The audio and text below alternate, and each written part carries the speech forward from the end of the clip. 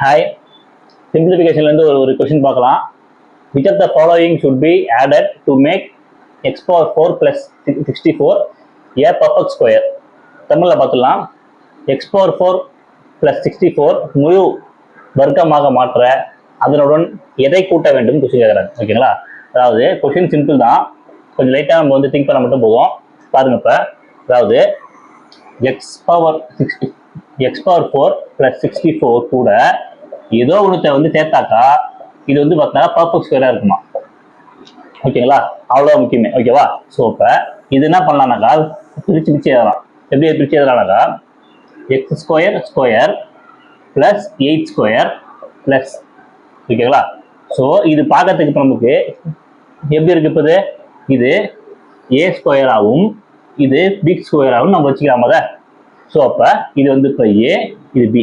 ஓகேங்களா? இப்போ இந்த இடத்துல 2ab அப்படின்ற ஒரே ஒரு டேர்ம் மட்டும் வந்து இங்கே மிஸ் ஆகுதுங்க. ஓகேங்களா? ஆமாம் தானே? ஸோ அப்போ a + b ஹோல் ஸ்கொயர் = தான் இதான் a² + b² + 2ab. ஓகேங்களா? ஸோ இப்போ நமக்கு ஏக்கான வேல்யூ நமக்கு தெரியும், பிக்கான வேல்யூ நமக்கு வந்து இங்கே தெரியும். இப்போ ஓகேங்களா? அப்போ 2 × ஏக்கான வேல்யூ என்ன? x², பிக்கான வேல்யூ என்ன? 8. ஓகேங்களா? ஸோ அப்போ 16x² தான் வந்து பார்த்தீங்கன்னா இந்த கொஸ்டினுக்கான ஆன்சர். ஓகேங்களா?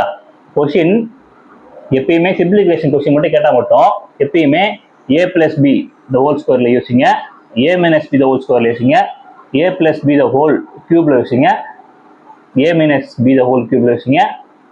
அப்படின்னாக்கா a³ + b³ யூஸிங்க, a³ - b³ யூஸிங்க. ஓகேங்களா? இதுக்கான ஃபார்முலாஸ் மொத்தமும் மெமரி பண்ணி வச்சுக்கோங்க. உங்களுக்கு வந்து ரொம்ப யூஸ்ஃபுல்லாக இருக்கும். ஓகேங்களா? தேங்க்யூ.